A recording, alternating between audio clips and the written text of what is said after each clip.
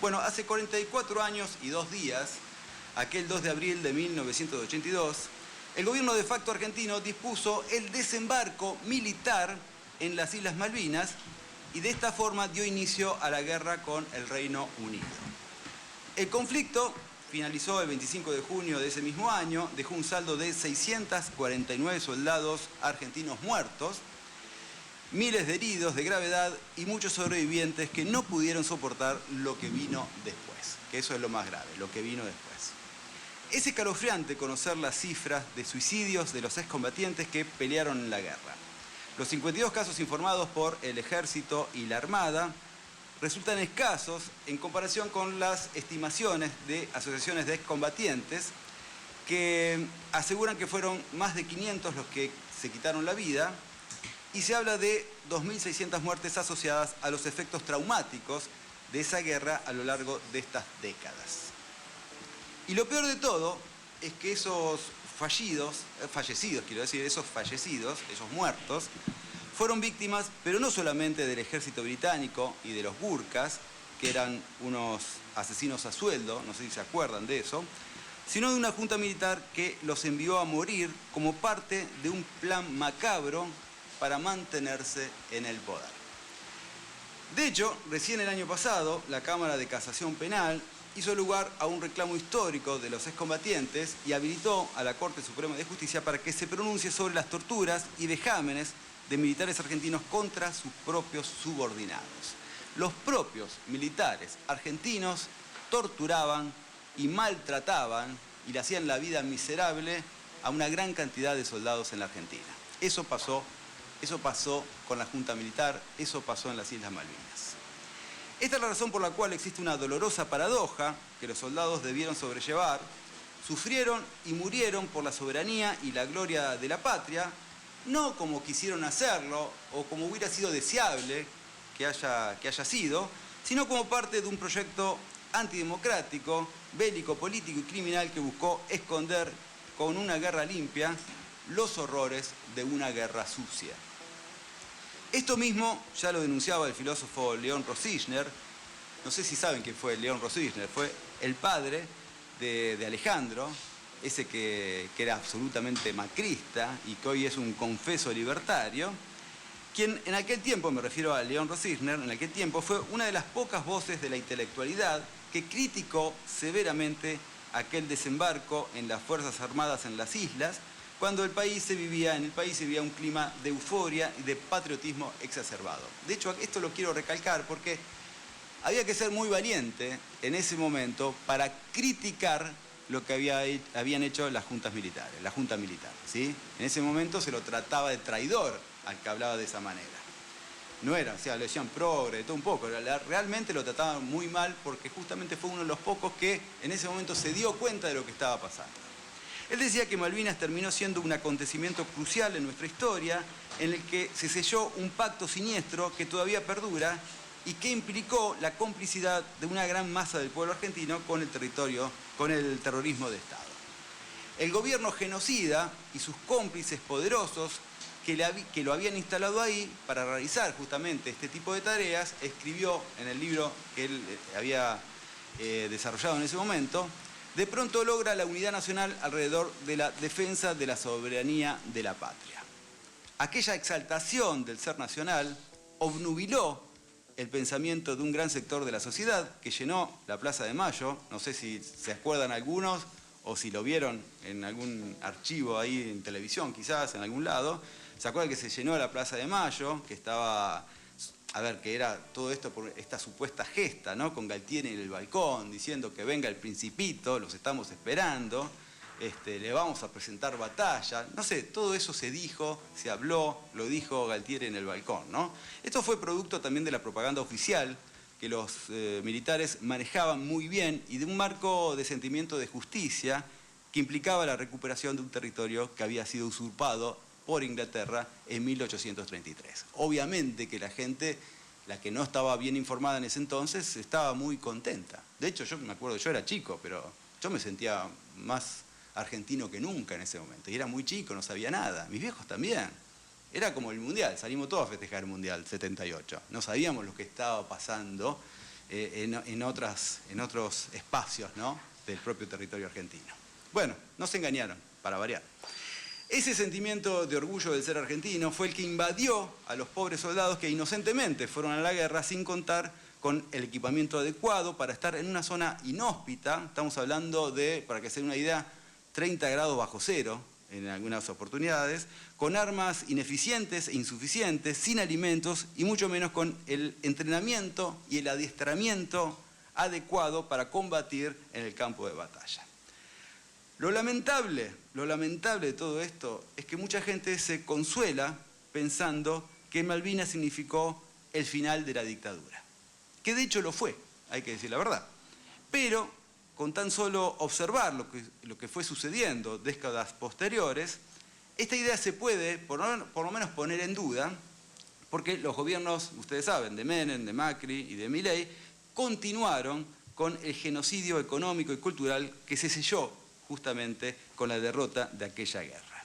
De hecho, tenemos que decir la verdad, estamos hablando de un Milei, recién lo decíamos con Belén al comienzo del programa, un tipo que admira a Margaret Thatcher, que la verdad que terminó siendo una asesina, ¿sí? Bueno, por todo lo que ustedes ya saben que sucedió durante ese periodo. La verdad, la mina no respetó ningún código de guerra, y esto, nada, lo sabe el mundo entero.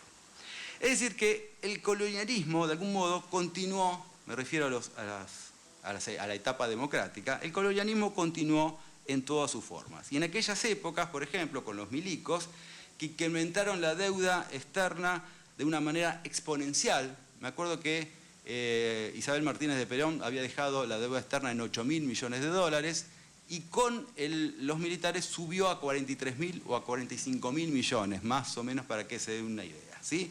Otros tantos, obviamente, la fueron incrementando en los periodos democráticos, los recién mencionados, las 3 M's, Menem, Macri y Milei, subieron, obviamente, incrementaron esa deuda también de una manera que ya no se puede concebir. Si cualquier persona se mete hoy en día, ¿sí?, en la página web del Ministerio de Economía, se va a dar cuenta, va a poder visualizar que la deuda actual a febrero de este año es de 472.000 millones de dólares. Reitero, 472.000 millones de dólares. Después, si quieren, hacemos la cuentita de cuánto le incrementó cada uno. Pero bueno, hoy por hoy es algo que es absolutamente impagable. La derecha esto lo tuvo siempre claro y por eso ese fue su modus operandi, porque fue y sigue siendo la mejor manera de someter a un pueblo. Y esto la derecha viene cada vez que toma el gobierno, cada vez que accede al gobierno, bueno, incrementa la deuda de una manera exponencial. Parece que se pusieron de acuerdo para hacernos directamente un país absolutamente dependiente. Y es que la verdad, a esta gente, me refiero al sector de derecha que venimos hablando, jamás les importó la soberanía. Hablan de Malvinas como una gesta militar porque es un atajo al reconocimiento de que algo bueno hicieron, ¿sí?, más allá de haber cometido crímenes de lesa humanidad. Como diciendo, bueno, hicimos de todo, pero intentamos recuperar la Malvinas. Algo como un criterio patriótico, ¿no? Pero bueno, cada vez que pueden, intentan desprenderse de nuestros recursos naturales, me refiero a la derecha en sí, a todos los gobiernos que vinieron en democracia, recursos naturales y energéticos, como están queriendo hacer ahora, por ejemplo, con los glaciares, que seguramente, ojalá que no, pero ojalá que no logren su objetivo. Y es que así es, así son los integrantes de la derecha. Son mentirosos, son chorros, son estafadores por naturaleza. Por un lado te dicen que los funcionarios ganan 3 millones de pesos y después, como en el caso de Adorni, se descubren gastos de miles de dólares en viajes a Nueva York, en viajes a Dubái, en viajes a Aruba, en viajes a Punta del Este. Y esto encima lo hace con su esposa, que obviamente está prohibido, que a su vez tiene negocios con empresas públicas, ¿no? También se le descubren propiedades cuyos montos no se condicen con su declaración jurada ni con los tiempos en los que pudo haber ganado el dinero para semejantes erogaciones. Después dicen ellos que vinieron a terminar con la casta y la verdad que se nos están riendo en la cara. Para colmo, esta semana nos enteramos que empleados del Poder Ejecutivo y legisladores libertarios quedaron al descubierto, los escracharon de algún modo, quedaron ahí en tela de juicio permanente, tras conocerse que accedieron a créditos hipotecarios del Banco Nación, que obviamente del Estado, por montos que llegan a 350.000 dólares. Estos tipos la verdad, vinieron con la idea de que el Estado no sirve para nada. Claro, a ellos sí les sirve, no a nosotros, a ellos.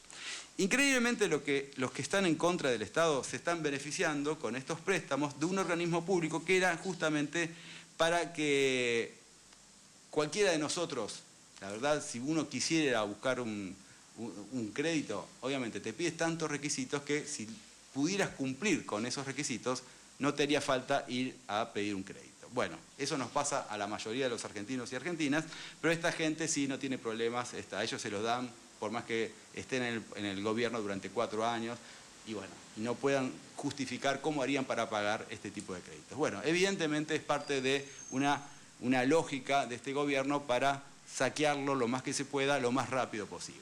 Pero así estamos. A todo esto siguen en curso las causas de narcotráfico de Spert, el fentanilo contaminado, la cantidad, 170 personas que murieron, las coimas en la Agencia Nacional de Discapacidad, la criptoestafa Libra, y en cualquier momento aparecen otros hechos de corrupción, como por ejemplo, podríamos mencionar así al pasar, que la mujer de Toto Caputo también parece que viaja con Toto, y todos nosotros hacemos una vaquita y le pagamos, ¿sí?, esos viajes, porque obviamente lo paga el pueblo argentino. Pero no importa, para ellos es lógico que esto sea así.